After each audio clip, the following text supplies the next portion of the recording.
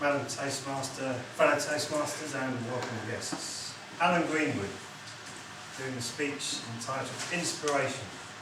His objectives were to persuade listeners to adopt your viewpoint or ideas to take some action, appeal to the audience's interest, use logic and emotion to support your position, and avoid using notes. I would say Alan did actually achieve his objectives, and I will go on to explain why I felt he did. Alan started very humbly. He said, I'm not very inspirational myself. Well, I disagree with that. But he weaved his speech well. He went from war to peace, he went from common law to natural law to fascism to communism to national socialism. Then he went to the Beatles, and then he went to Elgar and Magna. And I went, amazing! That is inspirational in itself to actually be able to weave that together in a coherent way. That was brilliant. So, well done, Alan.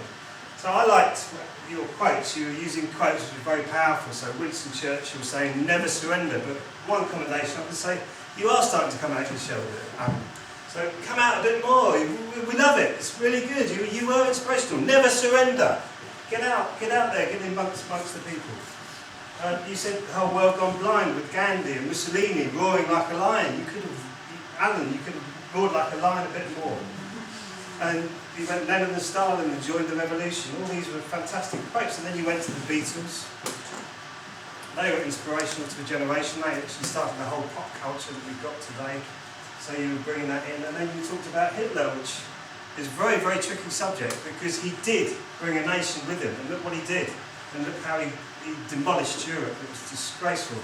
But he had the power of speech and the power to persuade, to actually convince people to do what he wanted to do. We had a group of people behind him as well. But that was very good that you brought that up. Elgar, Land of Hope and Glory, what a brilliant song. More inspirations just oozing out of you, Alan. Commendations. I say, like me, your hands are a bit destructive. Your hands are out here a bit, and you have them kind of up here like this. And I'd say put them down to your sides a little bit more. And you did actually use a note, but I thought that was okay, because what happened was you were actually quoting quite a long quote, and to remember a quote, I imagine that would take quite a long time because I've never done it myself. So you did actually use a quote which was excellent, and your end of speech was a call to action. So you did say, if at first you don't succeed, try again.